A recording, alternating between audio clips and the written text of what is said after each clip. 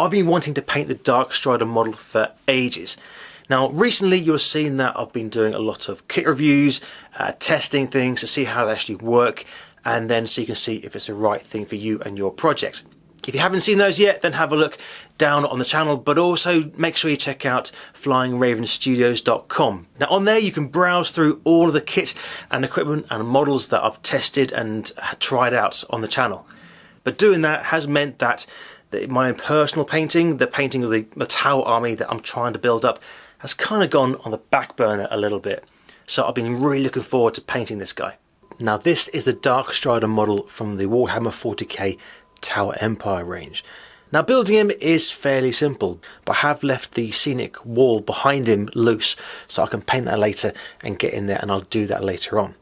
Whether I should have done it in more sub-assemblies, we'll find out later. So after priming it in a black mecha primer from Vallejo, I've used this white ink and then given that an overspray over the entire thing.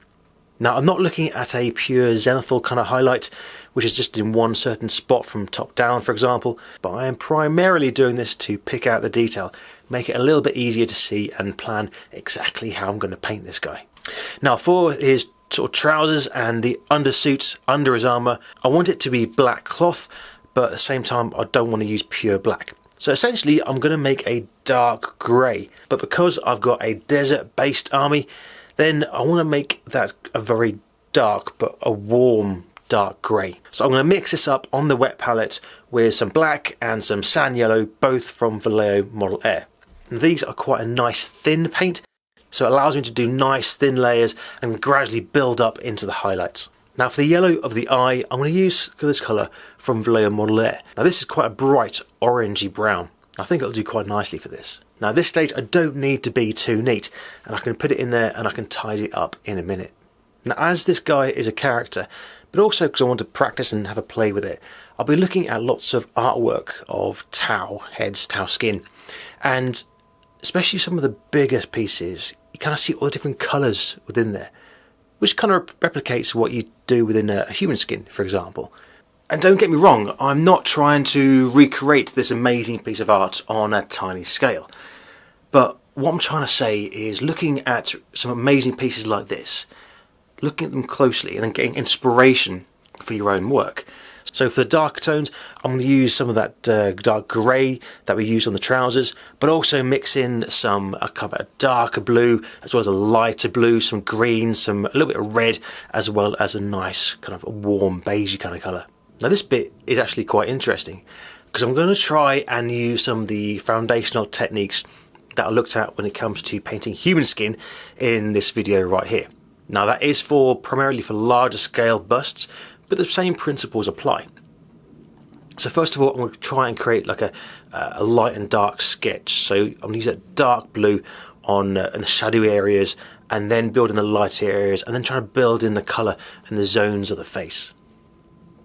Now this is going to be quite an interesting challenge, because not only am I using blue instead of the standard kind of skin tones for humans, but also I've used this technique on larger busts, not a head the size of a matchstick. So very, very carefully and gradually building the colours up. These are very, very thin. It's basically glazing. I'm basically building up those colours from a darker through to a nice bright warm highlight by using very, very thin layers. So yeah, I'm fairly happy with that. So on to the body armour. Now eventually I'm going to paint this in a camouflage scheme, and painting a small model, a tabletop model in camouflage, can be a little bit tricky to stop it looking like a green blurry blob. Now I have previously gone into ways you can get around this in the video where we looked at learning from the movies to paint camouflage, and I'll put a link up in the top corner right now. And also previously I've looked at painting more complex camouflage styles, also in this video up here right now. But for starters, I want to get a nice neat base colour down. So I'm going to use that sand yellow from Vallejo Model Air and just pick out all of the armour pieces. So right, so now that's done, I'm going to start painting the camouflage scheme. Now this is a multi-terrain pattern camouflage scheme. So if you look at it, you've got quite a greeny sandy base undercoat, but then it's got slight graduations of browns kind of going through there. Then above that you've got a green in the swirly kind of lines, And then you've got a lighter brown, a darker brown, and finishing off with a little bit sort of like creamy white, speckled in places. So after giving that sandy yellow 2 coats, letting it dry, I'm then going to get a very, very dark brown and then water that right down into a wash. And then wash over that sandy colour to give it a slight graduation, sort of give that slightly darker base colour in places and kind of graduate it out. And doing this will help to tie together all the other colours and make it look less like kind of green and brown and white paint splodged all over it. So first of all, I'm going to start with a fairly light brown. And this I'm kind of doing little squiggly bits from left to right. Not really up and down, it's more left to right. Now, technically, if you look back at the original MTP image, they're a lot more swirly, they're not quite so linear and going side to side. However, if I do that on the model, then that camouflage effect will almost work too well and it'll make it difficult to read. So instead of that, what I'm going to try and do is give the impression of that camouflage pattern, make it look and read like camouflage. But if I do it slightly more linear, I can change the directions of the squiggle, which then helps your eye to read the different parts of the model a little bit easier. Well, that's a theory anyway. We'll see if it works. So after doing that brown layer, the next layer is going to be quite a bright green. Now for this one, I'm going to use a gunship green from Vallejo Model Air. Now one of the reasons I like using Vallejo Model Air for this job is that because the paint is naturally very, very thin. So you can keep the layers of paint very, very thin, but you still maintain that depth, the opacity of the colour. Now the thing is, if you use a thicker paint, there's little details like this, then it can almost like raise up a little bit. So you've got like a slight 3D effect in the camouflage, which is not what we're looking for. So therefore, once again, same little squiggles, sometimes overlapping the brown, sometimes not, and building in those little shapes of the camouflage. And the final layer, just a little bit in places, I'm going to use quite a nice, bright, sort of beige kind of colour. So after mixing up kind of a very light sandy colour for the comms unit on the side of his head, and just gently paint that in. Now I'm going to use a bright red later on for the monocle part of the eye, and that will contrast quite nicely against that. And once I finish painting that, I can then use a nice dark but very, very thin wash to just kind of pick out the detail in the panels and the lines in the recesses. Now for the monocle part of the eye, I want to use a glistening blood. Now this is red, but it's naturally a bit more shiny, so it's a bit brighter. So it should work quite well for this. Right, so for hair can be quite tricky to kind of paint it, but without it looking like a lump of plastic stuck on your head. So instead, what I'm going to do is base coat the hair black and feather it out a little bit where it joins into the head, so it's not a solid straight line. But instead of then individually painting the strands of hair, which it can end up looking like a mop stuck on the head, is I'm going to try and paint like the reflections on the peaks on the peaks and the curves of the hair. Now for this, I'm going to use like a light kind of bluey kind of grey. And to start with, I'm going to use little sketchy strokes to paint on those little highlights, the little reflections. And later on, I'll go back and tone it down a little bit. So when it comes to the kit he's carrying, but also on his weapon, so I painted it in a sandy kind of colour.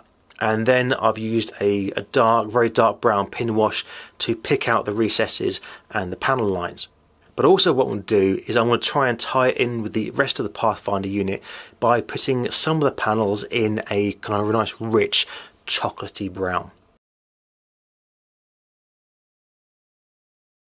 Now for these little pocket-sized drones, I was wondering how to try and do these, and but I was actually quite inspired by the kind of the red, almost ladybug-esque type drones on the box art. So I'm going to use some Hull Red from the Vallejo Model Air, which is quite a dark browny kind of red, to base coat that. And then once that's dry, then going over that with a much brighter fire red. Once again, this is by Vallejo Model Air, so it's a very thin paint. So therefore that dark Hull Red will show through that nice bright fire red. Okay, so looking at it so far, it's not looking too... You know you've been painting for a while when your wife brings you a cup of tea and just slides it into shot. Thank you. Okay, so after painting up the lenses on those drones, I painted the legs of the drones in kind of a gun metallic metal. And we're now at the point of starting to do the base. So this kind of reinforced concrete wall I've got here. So I've painted it in a kind of a light grey. Now at the minute it is looking far too clean. So let's grime this up a little bit. So I'm going to use the AK Interactive Streaking Grime. Now there are multiple types and colours of the AK Interactive Streaking Grime, but this one is just a standard streaking grime, kind of a very dark brown kind of colour. So loosely painting that on over the entire thing, over that wall piece, but also over the cobblestones as well. And then letting it dry for a little bit. Not completely dry, but to the point it's at least no longer wet. And then getting a brush with a little enamel thinners, for example. Well, actually in this case, it's kind of clean spirit. And then a little bit of that, and then just working from top to bottom to give it a nice streaky, grimy effect. The same thing on those kind of cobblestones, the paving stones he's standing on, and just working it, so therefore removing most of the streaking grime, but still leaving it that grimy, grotty, streaky effect. So now I've finished that, I'm going to clean the brush out with some of that clean spirit again, and then I'm going to use some of the Masters brush cleaner and preserver as well, because the enamel solvents can be quite aggressive with the brushes, so I want to clean that all out. Okay, so the next bit, looking at that metal rim around the base, but also on those metal reinforcing rods coming out of the concrete. I think it's time for an old friend. Now this is the Rust Effect paint by Dirty Down. Now I've done a whole load of videos on how to get the most out of this stuff. If you haven't seen it, you can check that out later on. But using an old and pretty much destroyed brush, I'm just going to stipple on that Dirty Down paint. Then I let it dry, and then I go back over and stipple in another layer of that Dirty Down rust to help build up that patina of the rust. Okay, so this is going to be a sandy, deserty base. So I want to build up some of the dust on this concrete. So using the Tamiya Weathering Master Set A, I'm going to use that and then slowly build up and dustify it. Is that a word? It is now. So I'm going to dustify all over that concrete, both on the wall and also on the base. So add a bit more texture and a bit of height into the base. I want to add a tuft of the Mordian Corpse Grass by Citadel. And to tie it all together and finish it off, I'm then going to use some of AK Interactive's Terrain Sandy Desert. Now if you haven't seen this stuff before, then don't worry, I've got a video coming up about it, testing it all out very, very soon. And if you haven't done so already, make sure you've hit subscribe so you don't miss it. And then to finish it off, it's just a case of tidying it up and then putting a couple of coats of a nice chocolate brown on the rim of the base. Now, you know what? I'm actually quite pleased with that. Now, if I was to paint it again, yeah, I probably would have done it in more sub-assemblies to make it a little bit easier to get to. It's a really nice, fun model to paint, lots of detail, but it worked out fairly well in the end, and I can't wait to get this guy on the tabletop. Now, if you enjoyed that, you found that useful, then please hit that like button and send it to somebody else who you think might find it useful. And I'll see you on the next project.